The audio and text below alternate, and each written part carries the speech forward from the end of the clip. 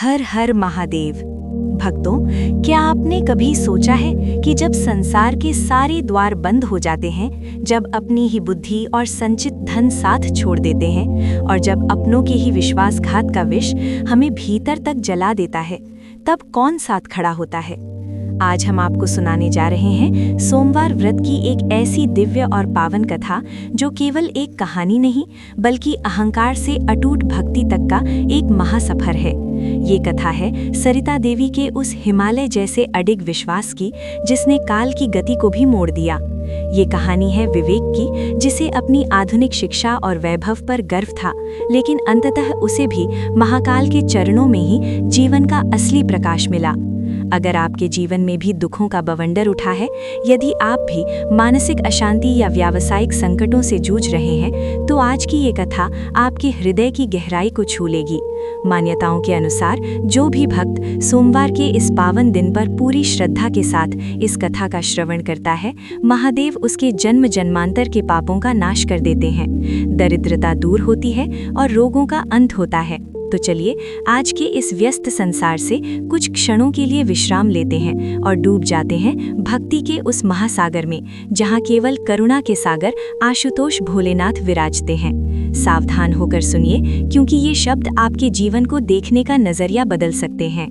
प्राचीन काल की ये पावन कथा केवल एक वृत्तांत नहीं, अपितु भक्ति के उस अनंत सागर की गाथा है, जिसमें डूबकर मनुष्य का अहंकार और समस्त सांसारिक संताप स्वतः ही विलीन हो जाते हैं। सुदूर आर्यावर्त के एक अत्यंत शांत, पवित्र और प्राकृतिक सुषमा से परिपूर्ण ग्राम में, जहां पक्षियों का मधुर कलरव और नदियों का पावन निनाद ही प्रकृति का संगीत था, वहां सरिता देवी नाम की एक वृद्धा निवास करती थीं। उनका संपूर्ण अस्तित्व देवाधिदेव महादेव की आराधना में इस प्रकार समाहित था, जैसे पुष्प में सुगंध और सूर्य में प्रकाश समाहित होता है। सरिता देवी ने अपने जीवन के आरंभिक काल में ही अपने पति को खो दिया था, किंतु उन्होंने कभी भी ईश्वर से कोई परिवाद नहीं किया, क्योंकि उनका ये अटूट विश्वास था कि उनके आराध्य भोलेनाथ ही उनके एकमात्र रक्षक, पालनहार और सर्वस्व हैं।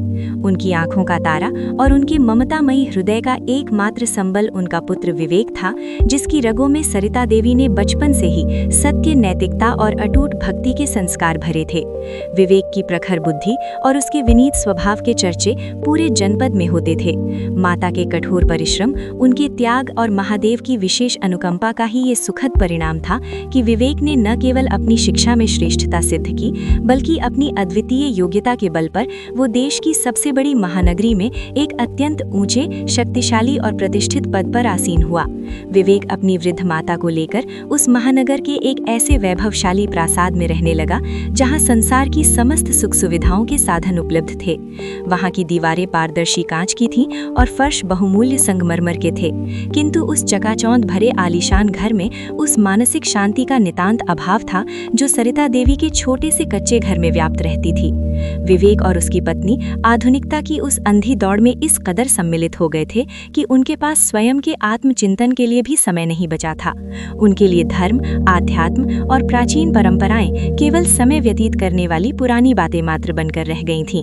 परंतु इन समस्त भौतिक परिवर्तनों के विपरीत सरिता देवी का मन तनिक भी नहीं बदला।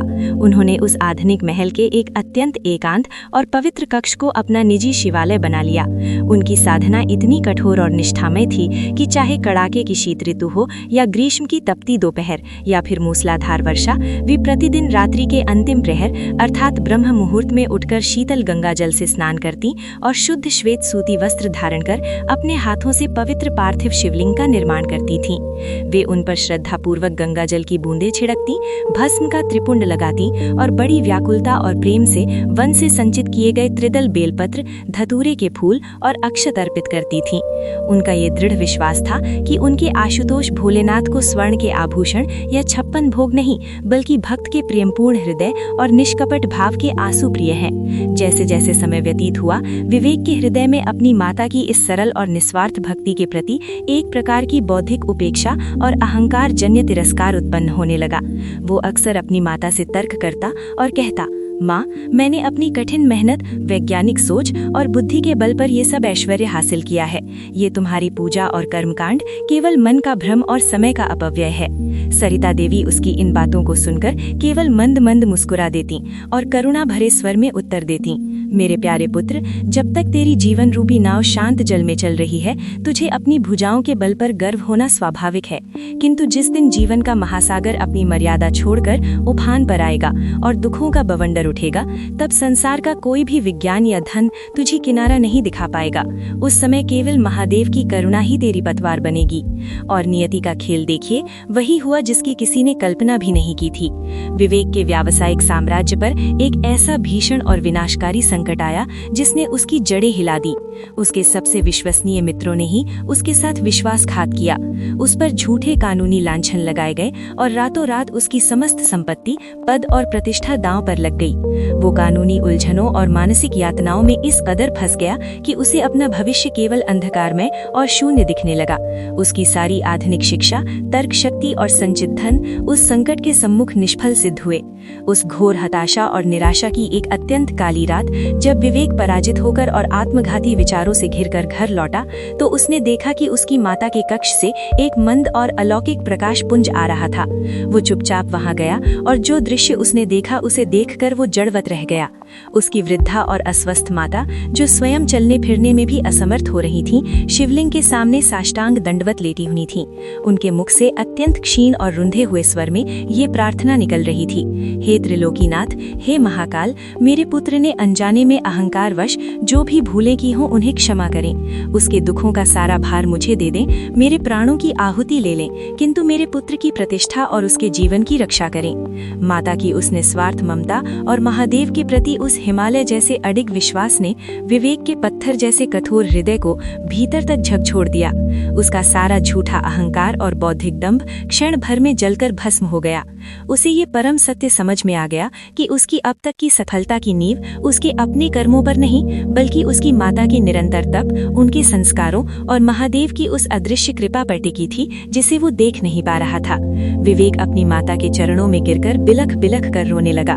उसने पहली बार अपने संपूर्ण अस्तित्व के साथ ओम नमः शिवाय का महामंत्र उच्चारित किया और चमत्कार देखिए, अगले ही दिन से परिस्थितियां रहस्यमयी रूप से बदलने लगीं। जो प्रमाण उसके विरुद्ध गढ़े गए थे वो उसके पक्ष में आने लगे। षड्यंत्रकारियों का पर्दाफाश हुआ और विवेक का वो भीषण संकट देखते ही देखते ऐसे लुप्त हो गया जैसे सूर्य के उदय होते ही सघन कोहरा छंट जाता है।